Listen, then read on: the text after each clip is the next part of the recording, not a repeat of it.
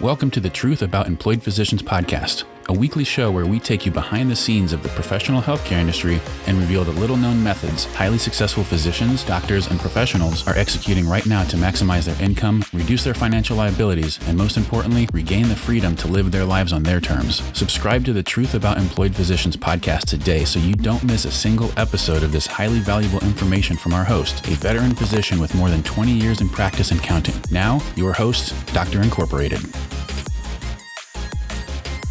Hello everyone, this is Dr. Incorporated bringing you the truth about employed physicians. I know today you probably took a text or a phone call or an email from a family member or friend who really had a medical question for you that may have been unrelated or related to your field of medicine, but they basically were looking for some advice from you about a medical question that they had. And I want to thank you for answering that question. I know you didn't get any pay for it. I know there may have been some liability associated with it, but on the relational human level, you stopped what you were doing, took your time, and answered that question for that person who was really looking for answers. And frankly, that's just part of what we do as physicians. And if nobody said thank you today for that, I want to thank you for really making that effort to just on the human level, take care of somebody with information that you know about in medicine that makes a world of difference in somebody's life. Well, in this week's episode, we're going to further expound on the truth that changing practice environments is normal for physicians. Changing practice environments is normal for physicians. We're going to do this really through the lens of some of my practice experiences over the past 25 years. And I'm going to entitle this The Tale of 8 Physicians, Expect Change. As I unpack this tale of 8 physicians, just lean back, listen, and see which areas or which physician group or which physician person you find yourself identifying with. When I moved to the small rural community I'm at in Indiana a few years ago, I was in practice in Virginia prior to that time. I was in private practice for a little less than 3 years before a health need within my own family caused me to move back to my home state and the home state of my wife at the time, who led to me signing an employment contract, my first employment contract outside of residency that was with an employer, not in a private practice setting. It was there that me and another physician were taking over and joining with a practice of a longtime physician in this community who had been in practice for nearly 40 years and was transitioning out in retirement. Dr. G was a good man. He had been here for over 40 years, had taken over for a physician who prior to him had been there for nearly 40 years. Dr. G had followed the traditional primary care model of really owning his own practice, his own building, and providing medical care to the community in a traditional sense. I'm a family doctor. He did it delivering babies, providing inpatient care, outpatient care, really doing all the things that a traditional rural family doctor did.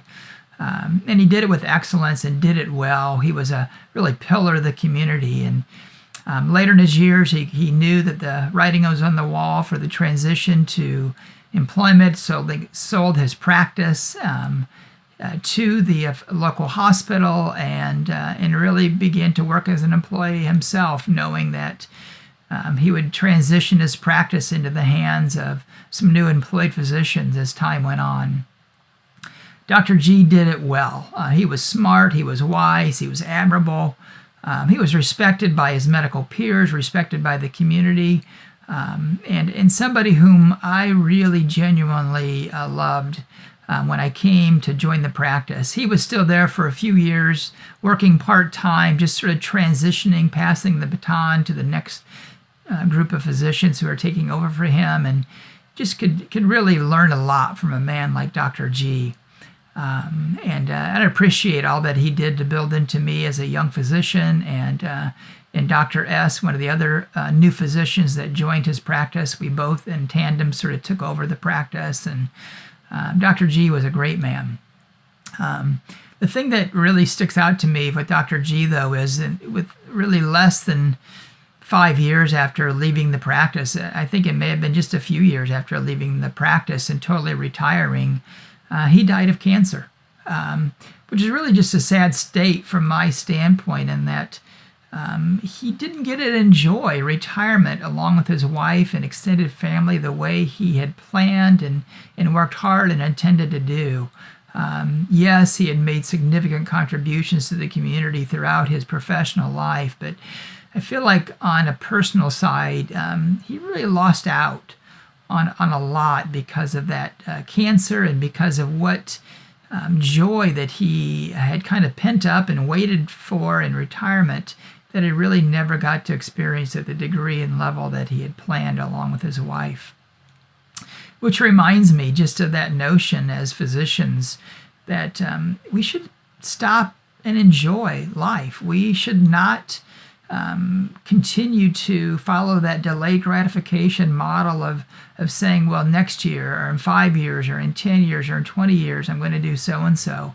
I know this is a lot of what fuels the FIRE movement with physicians, and certainly I respect and understand that. I'm not one of the group who want to retire early, but I certainly want financial independence, and I want autonomy, and enjoy that in my own personal and professional life at this time, and like the idea of being able to find that balance in practice where I'm still doing what I want, but can take time off as I want to go do the things I'm interested in as well.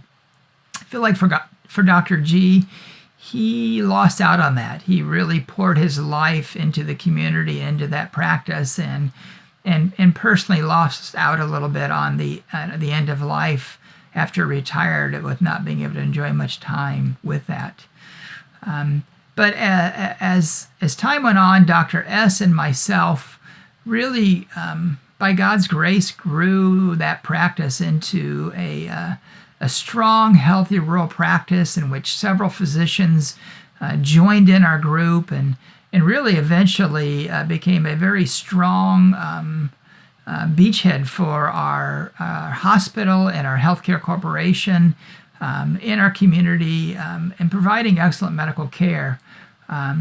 Several physicians ended up joining us, and certainly a lot of those physicians grew during their time as well. And so I'm going to unpack their stories a little bit as well, because there's just a lot involved with physician employment, physician groups, and success and failures and challenges that really go along with those sort of stories. But let me tell the story about Dr. P. Dr. P was an internist who was in the community. Now, he wasn't your traditional internist in that he didn't care as much for inpatient medicine as he did outpatient medicine. He really loved outpatient medicine, but he really valued his time outside of medicine, valued his time at home, and really was looking for a practice to join in which he didn't have to do all the management of his own practice and do all the inpatient care that a lot of internists do. And I kind of really saw him in the mold of an outpatient family doctor, primarily, honestly, except for the peds part he didn't care for either because he was an internist. But so when our practice began to grow, he saw it as an opportunity in our community to merge into our practice, and Dr. P joined us and really began to flourish and enjoy practice. We had a lot of symmetry in our interests in outside of medicine, and he was just a good match for us. But as Dr. P and our practice grew, became more complex, he just began to feel the tug of just the responsibilities of both inpatient and outpatient medicine. At that time, we were still in the mode of the pre-hospitalist days, and in which we in primary care were really still taking care of all of our patients in the rural hospital. And he just felt the tugging and the pressures of that, the rounding before clinic and the rounding after clinic and the weekend responsibilities. And over time, that just dragged and dragged and dragged onto him to the point that really he decided it was time to leave. He chose to go into what I call industrial medicine, medicine in which he would practice Monday through Friday at a defined time, 8 to 5, no weekends, no calls. He basically saw patients in large industrial corporations, providing the health care for those corporations on site. It was a successful model for him and worked really well. It gave him what he wanted, life outside of medicine, predefined and rigid sort of boundaries, and yet just the ability to relationally enjoy taking care of a group of people that he got to know relationally. Dr. P has stayed in that model for, I think it's been almost 10 to 15 years now since he left our group, and has really flourished on that. In fact, he's one of my neighbors, just a few houses down the street from me, and he just loved seeing Dr. P just being really honestly happy with what he's doing as a doc. He was a happy member of our group doing traditional local medicine, but ultimately flourished by finding the right spot, the right type of practice that really fit him well.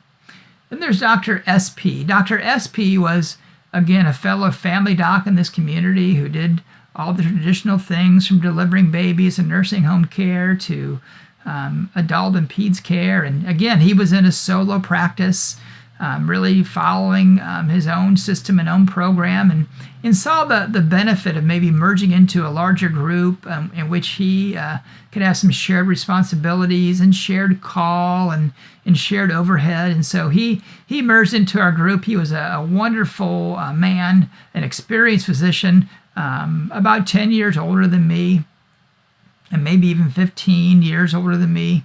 Actually delivered 3 of my own kids here in this community. I really like Dr. SP and just his nonsensical approach to taking care of patients and meeting patient needs. But Dr. SP really had interests that lied outside of just, in the trenches medicine and primary care. He had an interest in academic medicine, and an interest actually in academics, period, not just academic medicine, but really in teaching and instructing young people. And so he decided to leave our practice and moved to a college town where he really became a professor of science and anatomy and pre-med in that community college and really flourished. He took a side gig as a urgent care physician just to pay some of the bills because the small college pay wasn't all that high for the cost of living that he was used to. But Dr. SP really enjoyed a very healthy long-term practice in a small community, but then parlayed that into really something that he passionately enjoyed, and that was teaching young people about life and about medicine and non-medicine, but he still dabbled in the practice of medicine. And he still works at that small college and still enjoys practicing urgent care medicine and has really flourished in that role. Then there was Dr. Z. Dr. Z was the youngest member to join the group, and he came fresh out of residency to move to our community. I think it's about 50 miles away. He and his wife had some family in the area. They thought this would be a great place to land out of residency, to be close to family, and for him to raise his young family and to really practice full spectrum primary care medicine. But as it turned out, Dr. Z really became disillusioned with all the demands associated with small rural primary care, inpatient, outpatient, OB medicine, and it was just really too much for him. It was just too much in terms of what was required as an employed physician, what was required in a large group, what was required in both inpatient, outpatient medicine, life, both at the clinic and outside of the clinic, and really after a couple years decided this really wasn't the right place for him, and after some self-evaluation determined that academic medicine is probably what he was most interested in, and he moved to another state, joined a faculty of an academic medicine family practice group, and and it just really flourished under those circumstances, under those work environment where there's not as much pressure, not as much demands. He's a little more balanced outside of the clinic, can pursue some of his own interests outside of the clinic, and really can attend to his family's needs as well. And so it just took really Dr. Z a chance to experience, one model of medicine that just wasn't a good fit for him, that ultimately led him to maybe find the best model of practice for him. Then there was Dr. B. Dr. B, again, joined us right out of residency. He was from this town. He actually worked his way up as really a person who grew up in the tough side and a tough life of this town.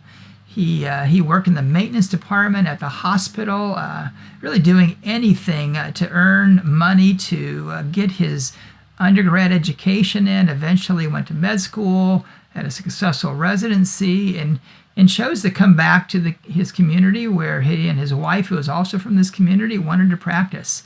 Dr. B, though, had a real financial mind to him, a real business mind, and probably among all of our group members, he was the guy who really held out in the negotiations for that practice employment agreement that was the first one that he signed. And it was really sort of odd. We all of us were kind of used to where you just sign and go, and he had a lot of negotiation. Even the beginning, we wondered if he was going to even sign after he said he was coming, because it was just a game of cat and mouse, which of course that's part of negotiation. And he eventually did land here, very successful, a member of this group. But unfortunately, Dr. B experienced a divorce after he arrived here, and it was unfortunate, but it really changed the trajectory of his life in a big way. It made him really reflect on a number of things. He had a health issue that occurred right before he arrived here as a attending physician as well, that really had an influence on his sort of life perspective. And really a lot of things changed in his life. He, again, being a businessman, he learned a lot of the experiences of being an employed physician and the dollars and cents and the P&L elements of it. And at the end of the day, he had to make a change in practice, in part because socially he was very uncomfortable with his ex-wife being a nurse, working for the same organization, to really move to another practice site. But Dr. B was smart. He actually parlayed his experiences and his practice population to a local hospital that's a competitor hospital, but was just outside of the realm of the non-compete zone, that allowed him to take a really excellent salaried position as employed physician in a new location and flourish there, take some of his patients with him there, and really start sort of a new practice and a new life without having to move out of our community, and has really continued to successfully see that model work and flourish for him as he's remarried and just has a thriving practice in another market in another community not too far from our town. He continues to raise his children in our town, and actually I attend church with him. He's a good guy and has done well. But Dr. B, because of his life circumstances, had to find some alternatives for his own practice. And there's Dr. J. Dr. J was the reason I came to this community. He and I had been good friends through our medical education experiences, and I went off to a different residency than him, and kind of went different directions. And due to my life circumstances happening as they did when I was in Virginia, it led me to come back to this community. I knew that Dr. J was practicing in the community that I had interest in being in. I contacted him, and lo and behold, they were looking for somebody to join him. And Dr. J and I had been friends prior to me becoming a practice partner with him as an employed physician, but just the energy that we had, the similarities that we had, the friendship that we had just made our practice flourish. And frankly, going to work every day with Dr. J was just a joy. We loved patients. We loved primary care. We loved being together. We loved our families being together. It was just one of those very unique, special times in our lives, personally and professionally, where there was just a lot of fusion. And those are special.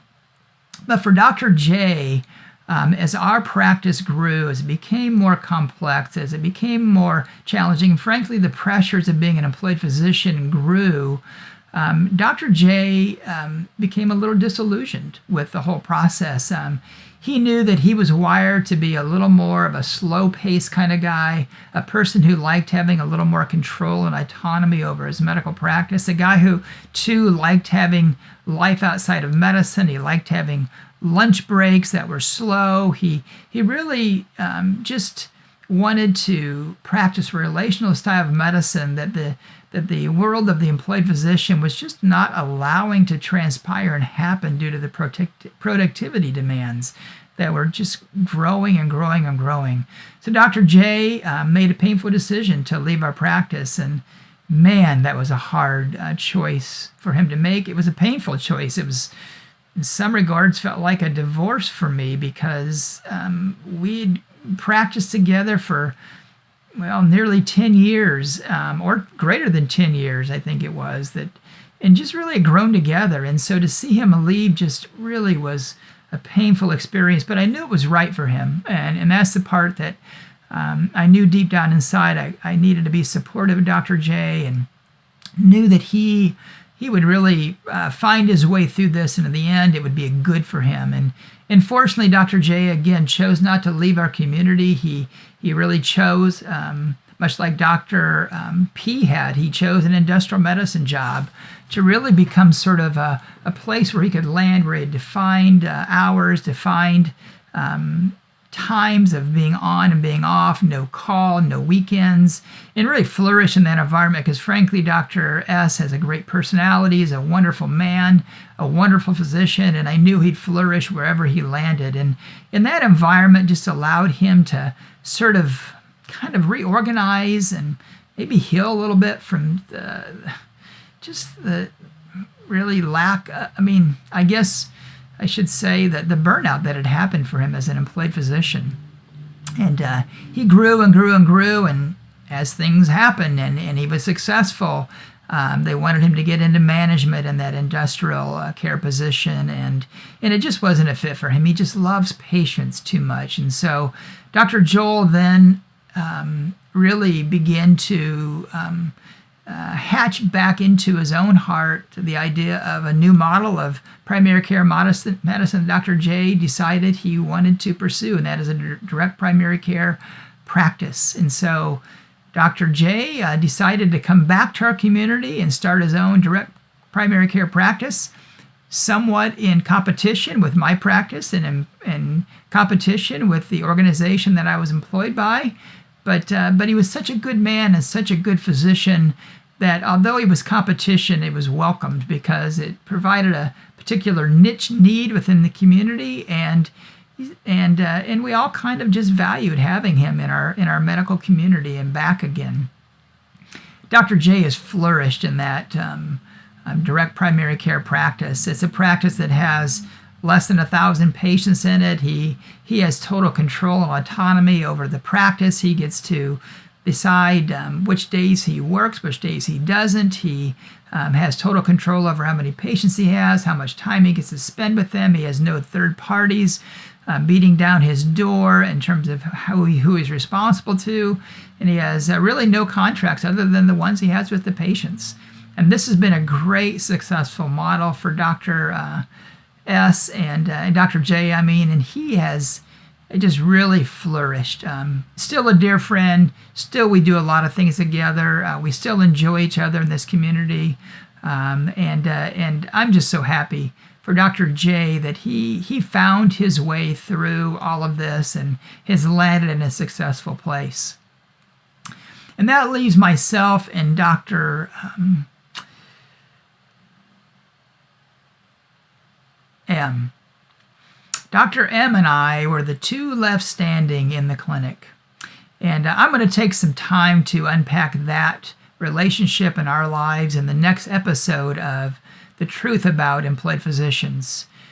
But today's truth is the changing practice environments is normal for physicians. And I hope these stories that I've shared with you in really good practice group helps unpack why it's just normal for people to experience practice changes in their professional lives and in their personal lives. And it's not a bad thing. It's kind of a normal thing. And in next episode, I'm going to talk a little more about my journey and Dr. M's journey that will really give you a little more information as well.